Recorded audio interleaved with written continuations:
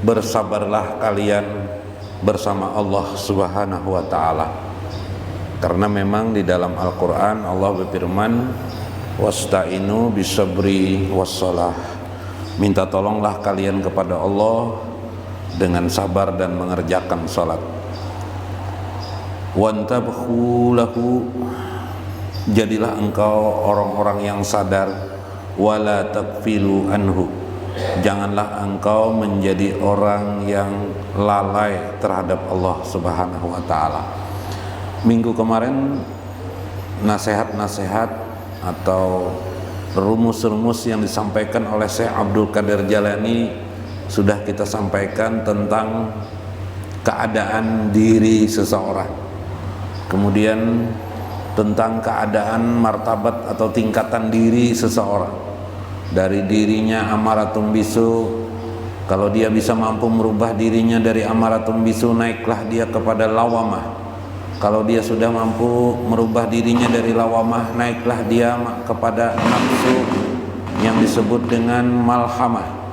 Kalau dia mampu malhamah, naik lagi dia kepada nafsu yang disebut dengan mutmainah, sampai kemudian lagi dia dapat mampu merubah dirinya pada nafsu radiyah. Kemudian yang keenam, dia sampai kepada nafsu merubah dirinya menjadi diri atau nafsu yang mardiyah. Dan yang ketujuh adalah merubah dirinya menjadi nafsu yang disebut dengan al-kamilah, nafsun yang sempurna. Maka kata musannif, tidak ada jalan kepadanya adalah fastahidu ilallahi ta'ala, berjuang kepada Allah Subhanahu wa ta'ala. Itu caranya menurut beliau. Nah, kesimpulan kemarin. Nah, hari ini beliau mengajarkan tentang bersabar bersama Allah. Wasbiru ma'ahu. Sabar itu kata Nabi inda sotmatil ula. Sabar itu pada saat hentakan pertama. Kalau ditanya berapa nilai sabar, wa inna yuwaffas sabiruna ajrahum bighairi hisab. Ketahuilah kata Syekh Abdul Qadir Jalani, Allah berfirman, sesungguhnya balasan Allah terhadap orang-orang sabar itu ajruhum, balasannya adalah bighairi hisab, tanpa dapat dihitung. Artinya kalau Anda masih mencari pahala yang bisa dihitung, maka tentu saja kita akan ketinggalan kereta nanti di akhirat. Nanti kita akan ketinggalan poin-poin penting dalam hidup ini, karena kita mempelajari agama bagian-bagian yang masih ada angka-angka, masih yang sifatnya nilainya rendah. Haruslah kita mengejar nilai-nilai yang apabila di akhirat nanti dibuka kitab catatan kita adalah catatan yang tertinggi di sisi Allah Subhanahu wa ta'ala. Musannif dalam hal ini mengisahkan tentang sabar. Sabar memiliki nilai yang disebut di dalam Al-Quran surah Al-Jumar ayat 10, bighairi hisab, tanpa dihitung. Kita buktikan begini. Kalau kita sekolah SD ada pelajaran matematika. Di SMP ada lagi enggak matematikanya? Ada lagi. Di SMA ada lagi lah matematikanya. Adalah pelajaran matematika, ada lagi. Di perguruan tinggi kan ada lagi matematikanya, ya kah? Di S1, S2 Bang, ada lagi matematikanya, ya enggak? Di S3 ada lagi matematikanya. Kenapa pelajaran matematika dipelajari terus? Mata pelajaran yang lain apa yang terus menerus ada biasanya selain matematika? Ilmu sosial. Di SD ada sedikit-sedikit sejarah dan sosial. Di SMP ada, di SMA ada, di perguruan tinggi ada. Pelajaran agama bagaimana? Pelajaran agama ada juga. Sabar, pelajaran sabar untuk anak-anak SD ada enggak? Ada. Sabar untuk pembelajaran agama di tingkat SMP atau di tingkat sanawiyah ada enggak? Ada. Sabar menurut konsep pemahaman untuk anak-anak yang di tingkat SMA ada enggak sabar? Ada. Sabar untuk orang-orang yang di tingkat perguruan tinggi ada enggak? Ada. Begitulah Al-Qur'anul Karim dan begitulah ajaran di dalam agama kita. Sabar diajarkan di semua manusia, di semua tingkatan manusia dengan cara pandang yang berbeda-beda.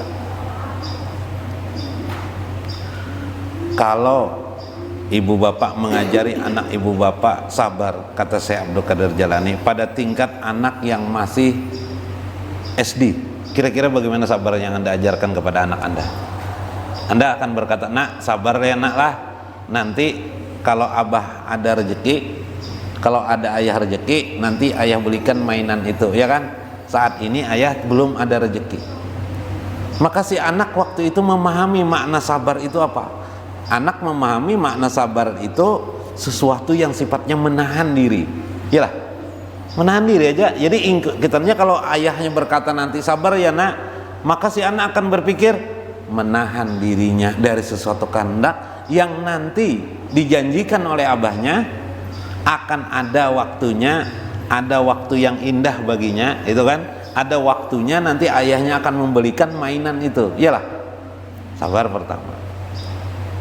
Naiklah anak ini sekolah sampailah dia di SMP, akalnya sudah mulai tumbuh, mulai dewasa, pintar sudah, mumayyiz sudah, mayyiz bisa memilih baik dan buruk. Terjadilah diskusi lagi dengan ayahnya. Nah, kata ayahnya, kamu harus rajin belajar sekolah, jangan malas. Kenapa jadi malas? Untuk apa, abah? Untuk apa ulun ini sekolah? Lalu kata ayahnya, sekolah itu supaya menjadikan engkau pintar. Kalau engkau pintar, nanti engkau akan mudah mendapatkan pekerjaan. Oh, jadi karena umur kamu ini sekarang ini saatnya masih SMP, maka kamu harus sabar belajar. Mau tidak mau, karena memang waktu kamu ini sekarang sedang sekolah, sedang saatnya untuk belajar. Oh, jadi kalau belajar ini apa bah? Nanti kalau kamu belajar ini jadi orang pintar. Kalau jadi orang pintar nanti mudah kamu pekerjaan apa saja kamu mudah kamu kerjakan. Oh, maka si anak memahami sabar dalam konteks apa sudah? Bahwa apa yang dilakukannya saat ini, dia bahwa sedang melakukan studi belajar ini bagian daripada kesabaran. Sudah beda enggak dengan anak SD tadi? Sudah beda. Anak SD tadi sabar itu menahan diri, gitu kan? Diam, tidak berbuat apa-apa, tidak bereaksi apa-apa. Tapi pada tingkat SMP sabar itu sudah bukan lagi diam, tapi melakukan sebuah pekerjaan yang pekerjaannya itu harus diuleti. Dia apa kata orang? Dilakukan, ada pemberlakuan sikap tingkah laku yang orang itu harus bersabar. Bahwa kesabaran itulah yang utama apabila orang ingin meraih kesuksesan. Ternyata sabar itu adalah cara untuk meraih kesuksesan. Engkau berada pada tajrid, engkau sedang sekolah SMP, engkau di SMP itu melakukan pekerjaan yang seharusnya engkau lakukan. Ternyata itu juga sabar maksudnya. Dengan ada sedikit janji, kamu kalau belajar nanti akan menjadi orang pintar. Naiklah dia ke tingkat lagi yang lebih tinggi sampai SMP, SMA, masih terjadi dialog dengan ayahnya. Ya, ngapa? Kendaraan tuh bagus mana bah? Belikan bah kendaraan supaya semangat saya untuk sekolah. Mulai SMA nagih kendaraan. Apa kata ayahnya? Masih dalam mererung neset sabar. Apa kata ayah? Ayahnya mengingatkan kepada anaknya, maka engkau sudah tahu, abah akan belikan kendaraan seperti yang dulu abah pernah nasihatkan, mainan. Sekarang ini abah mau belikan kendaraan, tapi abah belum ada uangnya, belum ada duitnya. Ulun, apa kata si anak? Ulun, saya bah mengerti aja yang abah sampaikan, bahwa ayah akan memberikan saya kendaraan kalau ayah punya uang. Tapi kata si anak, nah, ini anak SMA sudah pintar sudah.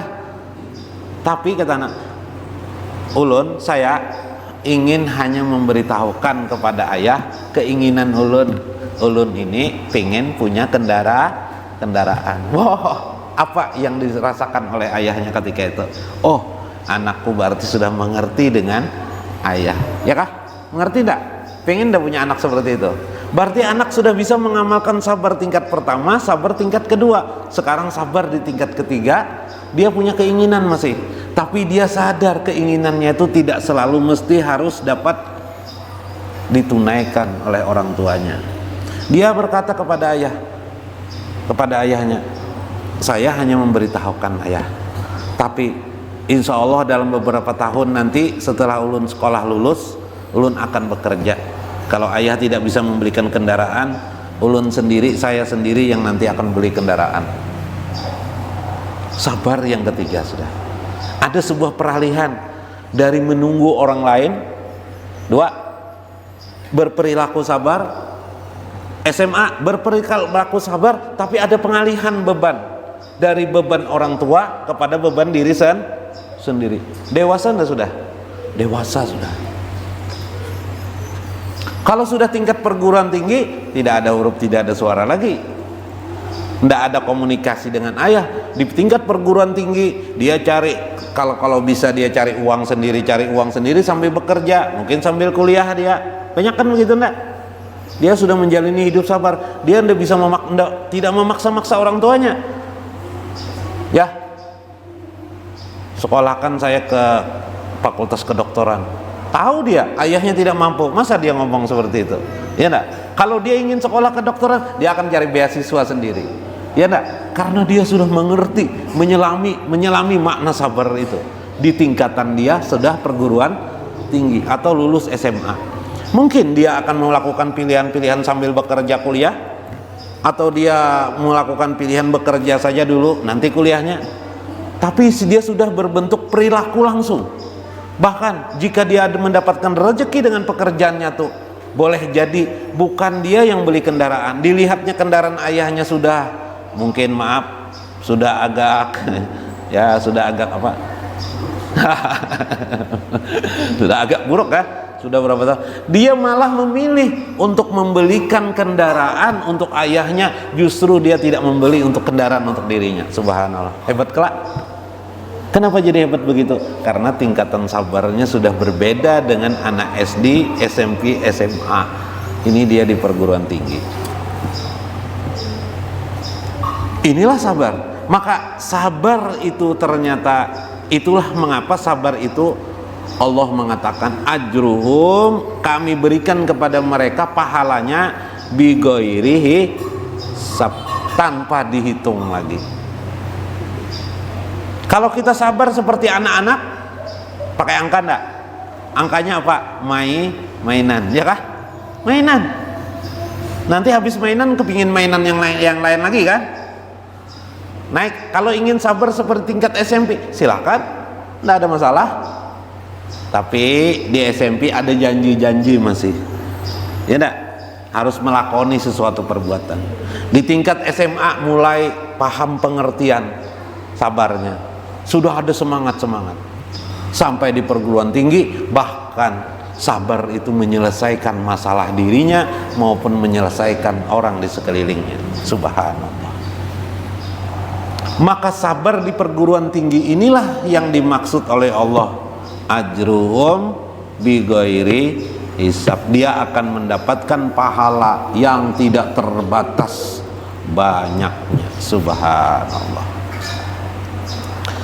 Karena itu kata beliau, wantabahu, sadarlah kalian, wala takfilu, janganlah engkau lalai memperhatikan maksud sabar itu. Karena sesungguhnya sabar yang ada itu, yang diperintahkan Allah kepada hambanya, pada dasarnya hanyalah jalan tarekat saja bagi kamu. Tarekat saja bagi kamu. Kamu belum mengenal siapa Tuhanmu. Yalah, mengenal kan sudah belum kah? Belum. Sabar ini kan diperintahkan Allah. Sama nih syariat.